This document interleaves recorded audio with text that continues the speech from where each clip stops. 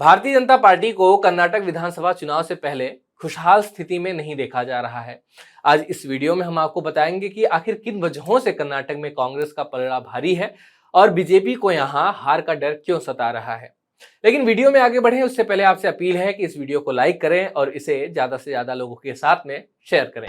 कर्नाटक में बीजेपी की खस्ता हालत का अनुमान इसी बात से लगाया जा सकता है कि कांग्रेस पार्टी ने अपने उम्मीदवारों की 124 सीटों की घोषणा कर दी है और खबर है कि जल्द ही पार्टी 52 सीटों पर अपने उम्मीदवारों का ऐलान कर सकती है, जबकि बीजेपी अभी तक प्रत्याशियों की सूची जारी नहीं कर पाई है और माना जा रहा है कि बीजेपी की पहली सूची आने में अभी हफ्ते भर का समय और लग सकता है। राज्य की तीसरी सबसे महत्वपूर्ण पार्टी जेडीएस ने भी अपने कुछ प्रत्याशियों की सूची जारी कर दी है। अब आते हैं दूसरी वजह पर।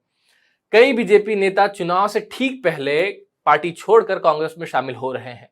बीजेपी को अंदर ही अंदर यह डर सता रहा है कि अगर उम्मीदवारों की जल्दी सूची जारी की गई तो कुछ और नेता बीजेपी छोड़कर कांग्रेस में शामिल हो सकते हैं और अगर ऐसा हुआ तो बीजेपी की मुश्किल पहाड़ बन जाएगी। बीजेपी विधायक NY गोपालकृष्ण सोमवार को कांग्रेस में शामिल हो गए। वहीं बीजेपी नेता बाबूराव चिंचानसूर ने सोमवार को कर्नाटक विधान परिषद सदस्य के अपने पद से इस्तीफा दे दिया। विधान परिषद से इस्तीफा देने के साथ ही ऐसा माना जा रहा है कि कांग्रेस में वे जल्द ही शामिल हो सकते हैं। प्रदेश कांग्रेस अध्यक्ष DK शिवकुमार ने कहा है कि कई और बीजेपी नेता अभी कतार में हैं, वे भी कांग्रेस में शामिल होना चाहते हैं। अब आते हैं तीसरी वजह पर। तीसरी वजह है ओपिनियन पोल्स। चुनाव से पहले हुए सर्वेक्षण बीजेपी के हाथ से सत्ता को जाते हुए दिखा रहे हैं। सी वोटर द्वारा आयोजित एक सर्वे के अनुसार कांग्रेस पार्टी के लिए स्पष्ट जीत की भविष्यवाणी की गई है, जिसमें सर्वे में 57% लोग मौजूदा सरकार से नाराज थे।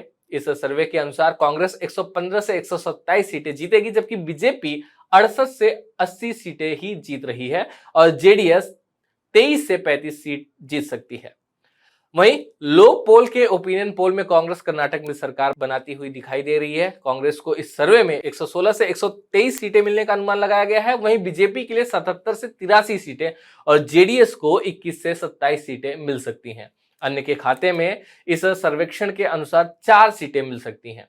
हालांकि माहौल चाहे जो भी हो, बीजेपी नेता अब भी दावा कर रहे हैं कि प्रदेश की कुल 224 सीटों में से भगवा पार्टी 150 सीटों पर जीत दर्ज कर ही लेगी। इसके जवाब में कर्नाटक के पूर्व मुख्यमंत्री और कांग्रेस पार्टी की तरफ से मुख्यमंत्री चेहरे के लिए प्रबल दावेदार सिद्धारमैया ने कहा है कि कर्नाटक चुनाव में बीजेपी 60 सीटों पर ही सिमट सकती है, उससे ज्यादा सीटें वे नहीं जीत पाएंगे। प्रदेश में बीजेपी भ्रष्टाचार के मुद्दे से घिरी नजर आ रही है। बीजेपी की सरकार ने मुसलमानों को मिलने वाले 4% आरक्षण को वोक्का लिग्गा और लिंगायत समुदाय को दे दिया है, लेकिन इससे भी कुछ खास फायदा होता हुआ बीजेपी को दिखाई नहीं दे रहा है। कर्नाटक सरकार ने विधानसभा चुनाव से ठीक पहले नौकरियों और शिक्षा में आरक्षण को लेकर 2 बड़े फैसले किए हैं। पहले फैसले के तहत सरकार ने ओबीसी मुसलमानों के लिए 4% कोटा खत्म कर दिया और दूसरे फैसले में इस 4% कोटे को वोक्का लिग्गा और लिंगायत समुदायों में बांटा गया है।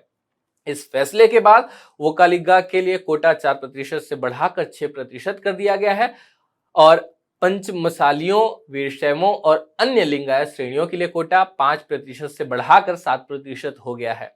इसके अलावा मुस्लिम समुदाय को अब EWS कोटे के तहत आरक्षण मिलेगा। इससे मुसलमान एकजुट तरीके से बीजेपी के खिलाफ हो गए हैं। भले ही कर्नाटक में परिस्थितियां कांग्रेस पार्टी के पक्ष में दिखाई दे रही हों, लेकिन बीजेपी और पीएम मोदी इस चुनाव को जीतने के लिए कोई कसर नहीं छोड़ रहे हैं। पीएम मोदी इस साल में कर्नाटक का आधा दर्जन से अधिक बार दौरा कर चुके हैं। अभी आधिकारिक रूप से उनकी चुनावी रैलियां होनी बाकी हैं और खबरों के अनुसार यह जानकारी सामने आई है कि 10, 12, 15 नहीं बल्कि पीएम मोदी आने वाले दिनों में 30 रैलियां कर सकते हैं।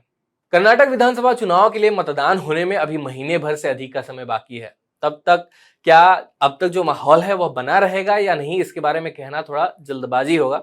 और किस पार्टी की सरकार बनेगी और कौन सी पार्टी विपक्ष में बैठेगी, इसका पता तो 13 मई को ही चलेगा। कर्नाटक विधानसभा चुनाव को लेकर अपने विचार आप कमेंट बॉक्स में जरूर लिखिए। यह वीडियो यहीं समाप्त होता है। धन्यवाद।